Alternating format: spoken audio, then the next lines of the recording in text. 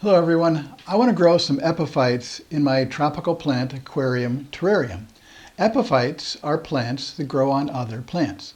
They don't use that plant for nutrition. They're not parasitic. They grow there as a location. There are also lithophytes that grow on rocks or cliffs. They don't take nutrition from the rocks or the soil. They take the nutrition from the air. I have several tillandsias, some orchids, some fern, and some moss that I want to use as epiphytes. And I might put some of them on a rock just because I want to play with it. The plants that I have are Tillandsia ionantha. It used to be a ball. A lot of these plants, when they finish blooming, the original plant dies off and it sends out little puppies, and so we have empty gaps in here from the old plants being removed, and so we've got some reconstruction work we can do there, and so that gives us a chance to play with this a little bit. And some of the pups have fallen off, so we've got a couple of those to work with. I have Tillandsia cyantha, which is a Tillandsia that can grow terrestrially, and so I may or may not use that to maybe put it at the base of one of the plants. I have Tillandsia xerographica, and it is a silver plant, and you can see where this one had bloomed, and this older plant is dying off, and the new plant is coming up. And the silver is the trichomes, the little hairs, little microscopic hairs that are all over the leaves of this plant. The more it has, the more silver it is, which means it can take brighter light because those trichomes reflect away light. And it is a plant that can take a lot of humidity and misting because those trichomes absorb water. But the plants that have silver leaves grow in brighter light. So either this plant should grow closer to the top of the aquarium terrarium where the light is, or maybe it shouldn't be in there at all because it might be too humid and not do very well. And the Spanish moss, the Tillandsia usnoides, is interesting because it is all silver, and that's a plant that does grow in higher places on plants. A lot of these Tillandsias and other epiphytes grow down lower in the forest middle layer, not at the top, so they get bright light but not direct sun. Whereas the Spanish moss, you'll see that growing on telephone wires in the air, just getting full sun.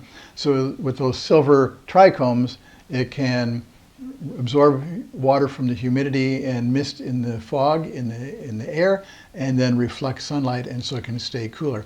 I also have a couple of Tillandsia concolor. This one's on an old birch round. It's been on here several years. The old plant is gone and the new plant is growing off to the side. And so I've kind of gotten used to this on the birch round, but I may want to play with it and move it over to something else. On the orchids, we have the Dendrobium bigumum. I'm not sure how it's pronounced. It's the Cooktown orchid. It's from Australia. This is the smaller compact version. And then we have Tulumias. That's a hybrid, and this is a plant that is grown from seed. Most orchids are not grown from seed, but Tulumias, a lot of them are, and so this one is just a hybrid. There's no name for it or anything. And then this one is Ionopsis utricularia. No, Ionopsis utriculoides. Oides in Latin is a word for resembling.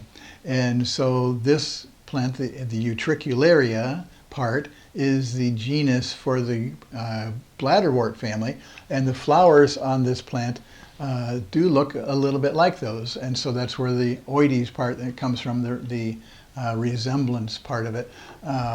It's a plant that's native to Florida, Central America, Mexico, South America. It's called the delicate violet orchid.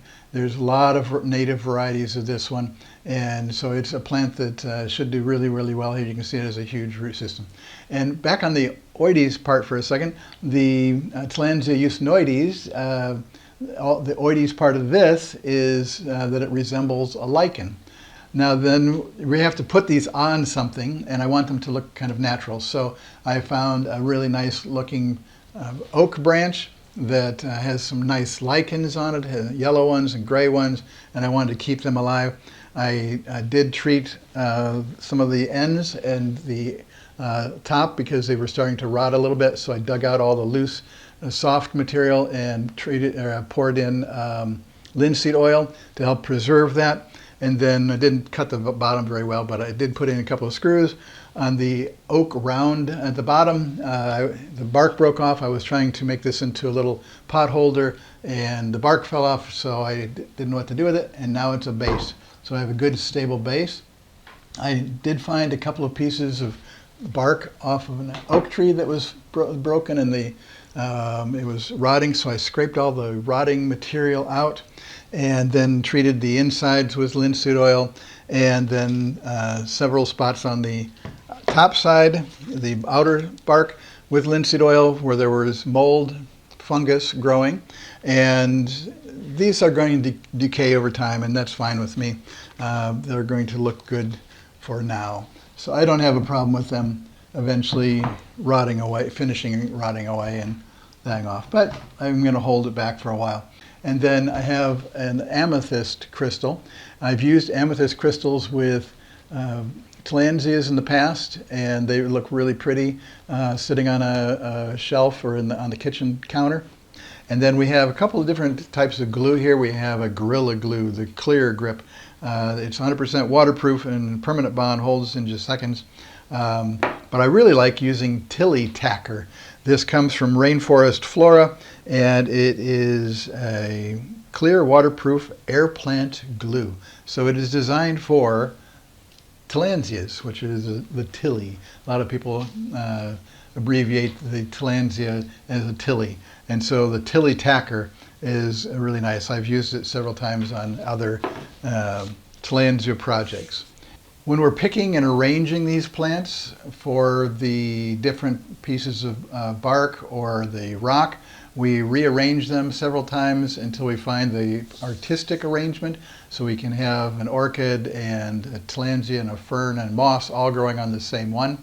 And we can rearrange and rearrange until we like the way it fits. We also need to make sure that we allow room for the plant to grow. We don't want to put something right over the top, right above something that's going to grow vertically. We want to be able to arrange them so that they can spread and grow without having to be taken off very quickly in the future. And we want to also make sure that the plants are going to fit into the terrarium. If you put a tall flowering orchid on top of a tall branch, then you may end up being out of the top of the aquarium. So you have to be considerate of where the plants are going to go.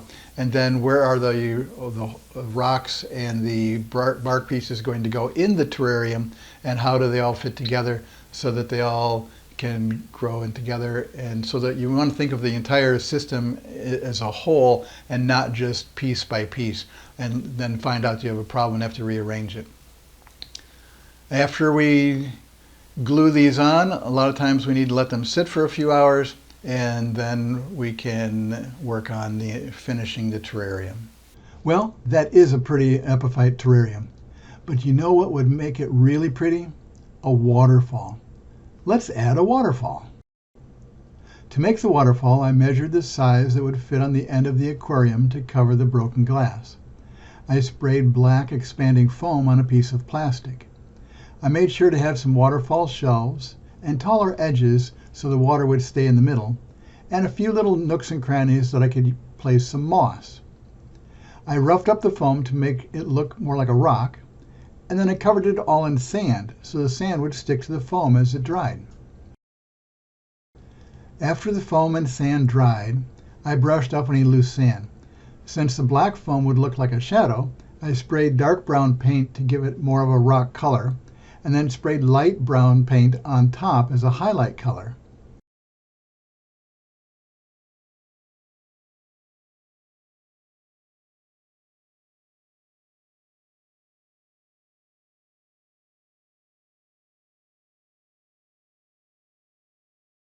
I used a disposable plastic container that contained salad when I bought it at the grocery store as my reservoir. I spray painted it and threw some moss on it when it was still wet to make it blend in a little bit. The black foam for the waterfall is pretty ugly on the back, but you don't see it. I embedded the plastic pipe from the pump in the back, and you can see the cracked glass that it's helping to hide. The waterfall adds a lot, don't you think? The Epiphyte terrarium looks even better with flowing water, but it would look even better with some fog. Let's add fog.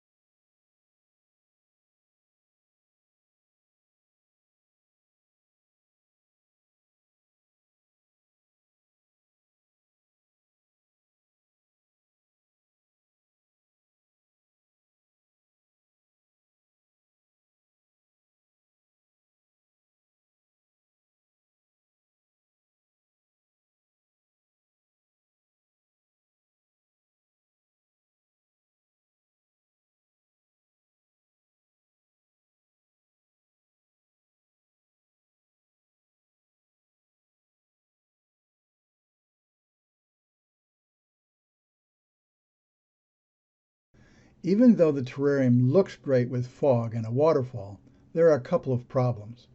If I put the fogger in the bottom reservoir, the fog only fills the bottom couple inches of the terrarium. It splashes a lot of water out too. To have the fog roll down the waterfall means the reservoir has to be at the top, and I haven't made a container to fit the top. Since the cracked glass of the aquarium is still sturdy, I haven't replaced it with something I can cut a hole in for the pump cord. The fog and waterfall both create a lot of humidity. If the humidity level is too high in the aquarium terrarium, fungal and bacterial diseases can infect the plants. Fungi may begin decaying the organic matter in the terrarium, such as the bark I'm using to grow the epiphytic orchids and tillandsias. I find that a spray of rubbing alcohol keeps the mold under control and doesn't seem to harm the plants in low doses. I'm sure a lot of you want to know what hardware I was using to make these terrariums. The light is an under the kitchen counter light from the hardware store. It has 2 color settings, and it has a flexible, movable light that can point to the front of the counter or the back of the counter. So depending on where you put it on the terrarium, you can light up the front or the back. The pump is a Pennington Aqua Garden Universal Hydroponic and Aquaponic water pump. It's only 35 to 75 gallons. It's perfect for the terrarium. The higher you go, the less water you get, and it has a dial down here you can adjust, so it works perfectly. The cord is a little thick, and so it makes it difficult to run over the top, so I eventually need to run it through the bottom. The fogger is interesting. I owned a water garden, wild bird, and nature store 25 years ago.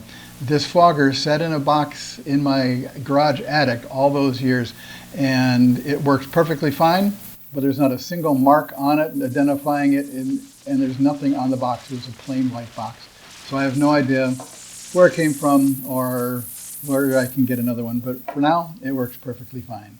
Because the waterfall and fogger produce so much humidity, which led to a mold problem, and I haven't decided what I want to use as a replacement for the cracked glass on the end, I'm not using either one for now. I'm thinking of using Lexan at the bottom half and screening for the top half. It partly depends on whether or not I decide to add a frog or a toad or a chameleon. But for now, I need to end this 4-part series on using an aquarium for a terrarium. If you have other horticulture topics you'd like me to cover, let me know in the comments below. This is Jeff with the Greener View. Thanks for watching.